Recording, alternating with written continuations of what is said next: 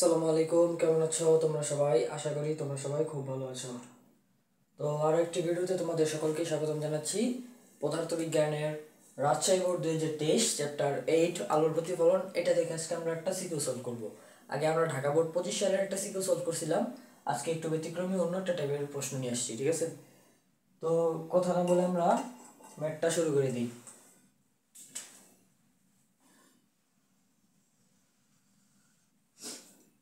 তো দেখো, আমাদের প্রশ্নে কি দেওয়া আছে? দুইটা দর্পণ দেওয়া আছে, একটা অবতল দর্পণ দেওয়া আছে, একটা উত্তল দর্পণ দেওয়া আছে। অবতল দর্পণ আর উত্তল দর্পণ তো তোমরা চিনো।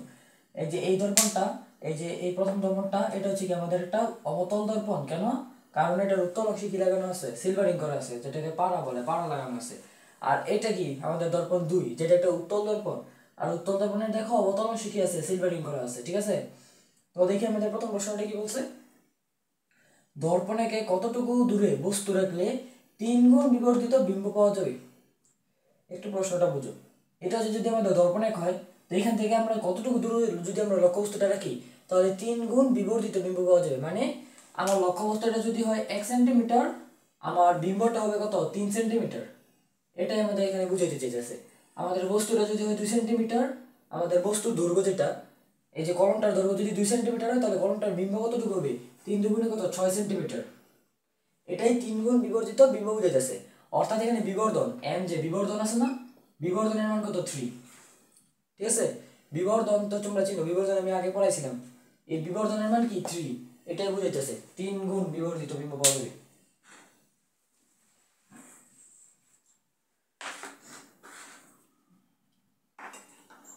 এখন আমাদের প্রশ্নে চাইছি কি? প্রশ্নে চাইছে আমাদের কতটুকু দূরে বস্তু রাখলে, বস্তুর দূরত্বটা কত? ইউ চাইছে, ইউ চাইছে আমাদের কি? ইউ। ইউ মানে কি? লক্ষ্যবস্তুর দূরত্ব, এটাই আমাদের চাইছে। দেখি আমরা একটু সাইডে লিখি। আমাদের তথ্য কি কি দেওয়া আছে? বিবর্ধনের মান কত? আমাদের বিবর্ধনের মান 3। শুধুমাত্র এই জিনিসটা দেওয়া আছে, আর কিছু দেওয়া নেই। আর কিছু দেওয়া নেই, কিন্তু আরেকটা তথ্য দেওয়া আছে। দেখো, বক্রতার ব্যাসার্ধ যেটা, বক্রতার ব্যাসার্ধ 30 সেন্টিমিটার, এটা আমাদের দেওয়া আছে। বক্রতার ব্যাসার্ধ কি? আর আর ইজ ইকুয়াল টু কত? 30 সেন্টিমিটার, এটা আমাদের দেওয়া আছে। কিন্তু আমরা তো বক্রতার ব্যাসার্ধ দিয়ে ম্যাথ করবো না, ম্যাথ করবো আমরা ফোকাস দূরত্ব দিয়ে। তো ফোকাস দূরত্ব কি?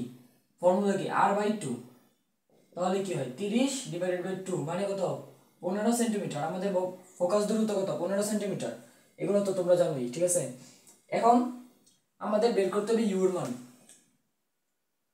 এখানে সরাসরি ইউর মান বের করার কোনো ওয়ে নেই, আমাদেরকে একটু ঘুরে বের করতে হবে। তুমি প্রথমে লিখবা,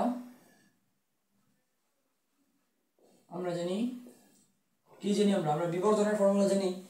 বিবর্ধনের ফর্মুলা কি? m is equal to b/u। যদিও এখানে -b/u হওয়ার কথা, কিন্তু আমরা এখানে মাইনাসটা নিব না। এখন মাইনাসটা আমরা এখন কি করবো না? নিব না, মাইনাস আমাদের লাগবে না। এইসব ক্ষেত্রে মাইনাস নেওয়া দরকার নেই। তাহলে m এর মান কত আমাদের? 3, প্রশ্নে বলে দিছে। তো 3 ইকুয়াল টু কি? b/u। b/u। এখন যদি আমরা ক্রস গুণন করে দিই, তাহলে কি হয়? b ইজ ইকুয়াল টু কি হয়? 3u। b is equal to 3u। একটা শর্ত পাইছি আমরা, এই যে একটা শর্ত পাইছি না আমরা, এই শর্তটা ব্যবহার করে আমরা এখন ম্যাথটা সলভ করে ফেলতে পারবো। এই শর্তটা ব্যবহার করে আমরা কি করতে পারবো? ম্যাথটা সলভ করতে পারবো। দেখো, এবার আমরা আমাদের মেইন ফর্মুলায় প্রবেশ করি। আমাদের মেইন ফর্মুলা কোনটা? 1/v plus 1/u equal to কি? 1/f। এটাই তো আমাদের মেইন ফর্মুলা। এখান থেকে আমাদের ইউটা বের করতে হবে। দেখো, আমাদের একটা অজানা রাশি আছে বি। বি আর মান আমরা জানি না, ইউর মান আমরা জানি না। আমরা তো দুইটা রাশির মান জানি না। তাহলে দুইটা রাশির মান না জানলে তো এটা একটা সমীকরণ হয়ে, যেটা তো আমরা সলভ করতে পারবো না। কিন্তু দেখো, আমরা একটা শর্ত পাইছি, বি ইজ ইকুয়াল টু কি? 3u। তাহলে এই বি এর জায়গায় আমি কি বসাতে পারবো? 3u বসাতে পারবো। দেখি বসালে কি হয়। 1/3u হয়ে যাবে। এই বিটাকে চেঞ্জ করে আমি 3u বসাইছি, প্লাস কি 1/u ইকুয়াল কি 1/f। এবার এবার আমি কি করতে পারি? লসাগু করতে পারি। এবার যদি আমি লসাগু করি, তাহলে কি হবে? লসাগু 3u লসাগু হবে। আর এই পাশে থাকবে 1 প্লাস এই পাশে কি থাকবে? 2u। ঠিক আছে? আর এই পাশে f এর ভ্যালু কত? f এর মান আমরা 15 পাইছি, এটা আমরা বসায় দিতে পারি চাইলে। এতটুকু আমরা এই পাশে করি, ক্রস গুণন করে দিই, তাহলে কি হয়?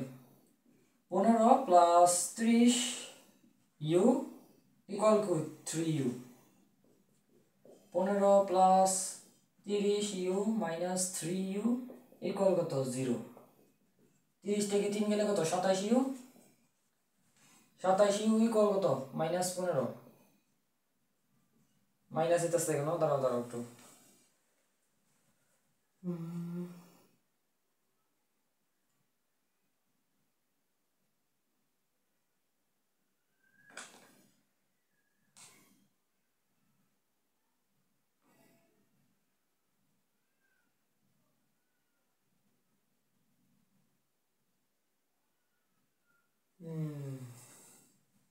এই যে উপরে এটা ইউটা তো দেবো কেন আমরা ইউ আর ইউ তো চলে যাবে থাকে 3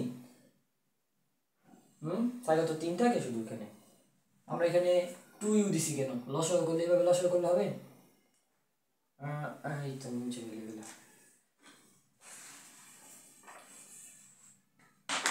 এইখান থেকে দেখো লসাগু যদি আমরা করি আমি একটু দেখাই এই যে লসাগু করলে এটা দ্বারা এটাকে ভাগ করতে হয় তো 3u দ্বারা 3u কে ভাগ করলে কত হয় 3u দ্বারা 3u কে ভাগ করলে 1 হয় 1 এর সাথে উপরের 1টা গুণ করতে হবে গুণ করলে 1 ই আসে তারপর 3u দ্বারা u কে ভাগ করতে হবে তো u ডিভাইডেড বাই 3 ওই যে u আর u চলে যায় থাকে কি 3 এই 3 দ্বারা উপরেরটা কি করতে হবে গুণ করতে হবে ঠিক আছে তারপরে এইবার যদি আমরা উপরে কি করি 4 আসে উপরে কি আসে আমাদের 4 আসে 4 নিচে কি 3u ইকুয়াল কত 1/15 এবার আমরা ক্রস গুণ করে দিই এটা তো 4 এটা ইউ মনে করি না আমি 4 5 4 পিয়া 15 কে 4 বার গুণ করলে কত হয় 60 60 ইজ ইকুয়াল টু কি 3u বা u ইজ ইকুয়াল টু কত 30 30 না 20 u ইজ ইকুয়াল টু কত 20 একবার আমরা u মান কি 20 সেন্টিমিটার পেয়েছি ঠিক আছে এখন এটা হচ্ছে আমাদের প্রথম কেস এটা কি আমাদের কেস 1 কেস 1 আরেকটা কেস কি আমাদের প্রশ্নে কিন্তু হচ্ছে বিবর্ধিত বিম্ব এখন বিবর্ধিত বিম্ব তোমরা মাথায় রাখবে বিবর্ধিত বিম্ব কি বাস্তব হতে পারে অবাস্তব হতে পারে এটা আমরা বাস্তব মানের জন্য পাইছিলাম এই যে বিবর্ধনের বাস্তব মানের জন্য আমরা কি পাইছি এটা পাইছি এখন তো অবাস্তব মান হতে পারে অবাস্তব বিম্ব কি তোমার বিবর্ধিত হয় দেখো এটা যদি আমাদের দেখা তো যায় না কলমের কালি এটা যদি আমাদের অবতল দর্পণটা হয়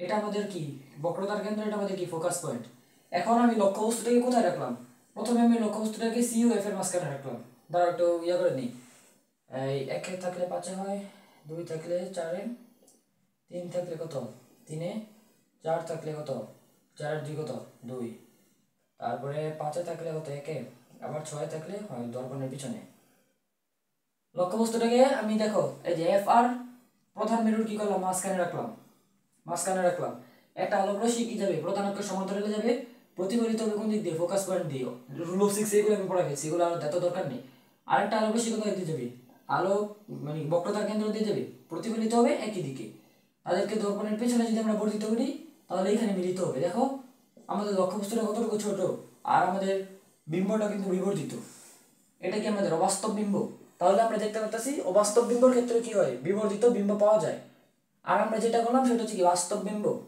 বাস্তব বিম্বের ক্ষেত্রে ঠিক আছে সেটা হচ্ছে আমাদের সিইউএফ এর মাঝখানে রাখলে সেটা হচ্ছে আমাদের বাস্তবটা তো এবার আমরা কি করবো সেম কাজটা একটু উল্টায় করবো এগুলো একটা মুছে ফেলি আবার আমাদের দ্বিতীয় কেসের কাজ করতে হবে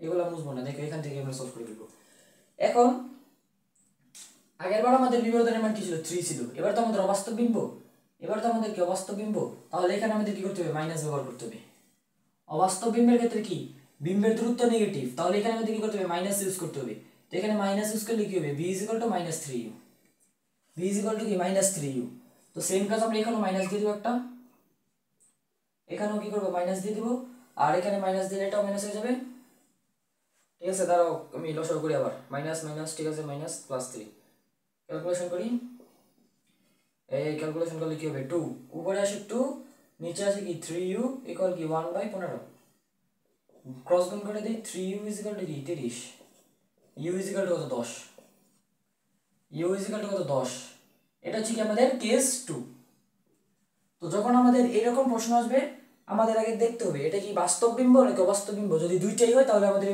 দুইটাই বের করতে হবে শুধু যদি বাস্তব হয় তাহলে বাস্তব মান কি প্লাস বসায় আমরা করব আর যদি অবাস্তব হয় তাহলে আমরা মাইনাস বসায় করব ঠিক আছে এটাই ছিল আমাদের গ নম্বর কোশ্চেনটার অ্যানসার একটু ব্যতিক্রমী ছিল এই চ্যাপ্টার থেকে এগুলো একটু কঠিন ম্যাথ, আর সবগুলোই সহজ নয়, দু একটা ম্যাথ করলেই চলে এই চ্যাপ্টার থেকে, বেশি ম্যাথ নাই। আর আমরা বিম্ব অঙ্কন এগুলো আমরা করেই ফেলছি। পরেরটা কি বলছে, দর্পণ দুইয়ে প্রদত্ত দূরত্বে বস্তু রাখলে বিম্বের আকৃতি একই হবে কিনা। দেখো এটা আমাদের দর্পণ দুই, যেটা উত্তল দর্পণ। এখানে দেখো একটা ডিস্টেন্স দেওয়া আছে 4 সেন্টিমিটার, একটা ডিস্টেন্স দেওয়া আছে কি 6 সেন্টিমিটার।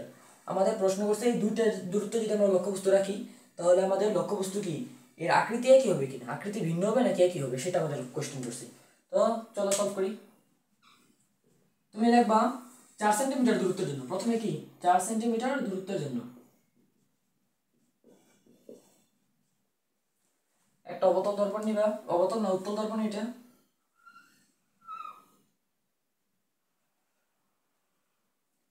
একটা উত্তল দর্পণ নাও, সুন্দর করে রাখবা তোমরা।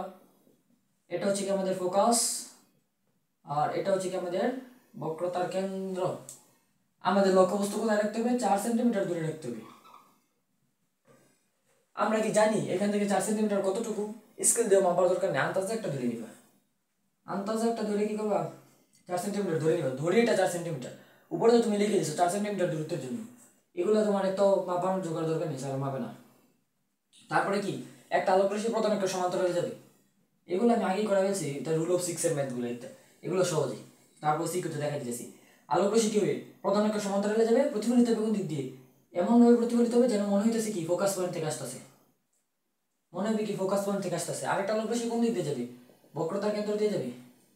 আরেকটা আলোক রশ্মি কি হবে, বক্রতার কেন্দ্র দিয়ে আপতিত হবে এবং একই দিকে প্রতিফলিত হবে। তার প্রতিফলনের পর কোথায় মিলছে, দেখো এই অবস্থানে তারা কি করছে, প্রতিফলনের পর মিলছে। এখান থেকে প্রধান অক্ষের মধ্যে একটা কি করবো, লম্ব টানবো, যে লম্বটা আমরা টানলাম সেটাই আমাদের কি বিম্ব। এখন আমাদের লক্ষ্যবস্তু যদি ও হয়, তাহলে আমাদের প্রতিবিম্ব কি হবে, ও প্রাইম এ প্রাইম। ঠিক আছে, এটা আমাদের 4 সেন্টিমিটার দূরত্বের জন্য। এবার আমরা কি করবো, 6 সেন্টিমিটার দূরত্বের জন্য আনবো। এগুলো সহজ, এগুলো তোমরা পারবা। 6 সেন্টিমিটার দূরত্বের জন্য প্রথমে আমরা একটা উত্তল দর্পণ নেই।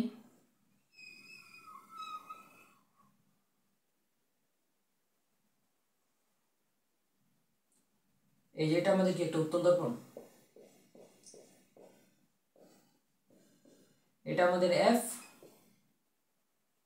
এটা আমাদের কি সি।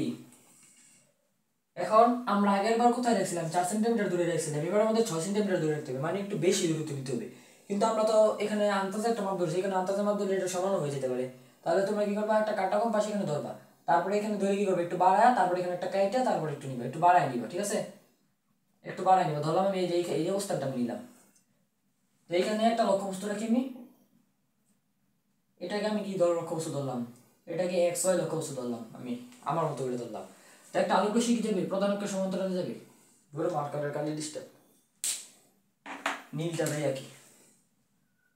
একটা লক্ষ্যবস্তু কি প্রধান অক্ষের সমান্তরালে যাবে, প্রতিফলিত হবে কোন দিক দিয়ে, যেন মনে হইতেছে কি এফ থেকে আসতেছে, এমনভাবে প্রতিফলিত হবে। সোজা কেটে দিই। তারপর আরেকটা আলোক রশ্মি কোন দিক দিয়ে আপতিত হবে, প্রধান অক্ষ সরি বক্রতার কেন্দ্র বরাবর কি হবে, আপতিত হবে, এবং যে দিক দিয়ে আপতিত হবে সেই দিক দিয়ে কি হবে, প্রতিফলিত হয়ে যাবে। এগুলো কম্পাস দেখলে সুন্দর মতো এঁকে নিবে, এগুলো আগেও আঁকাইছি। তো এই যে দেখো এই যে অবস্থানে তারা মিলিত হয়েছে, এবং এই দুটা যোগ করে দিব। যোগ আমার তো এখানে আমি তো হাতে আঁকছি, এই জন্য আমার দুইটাই কি সেম দেখা যেতেছে।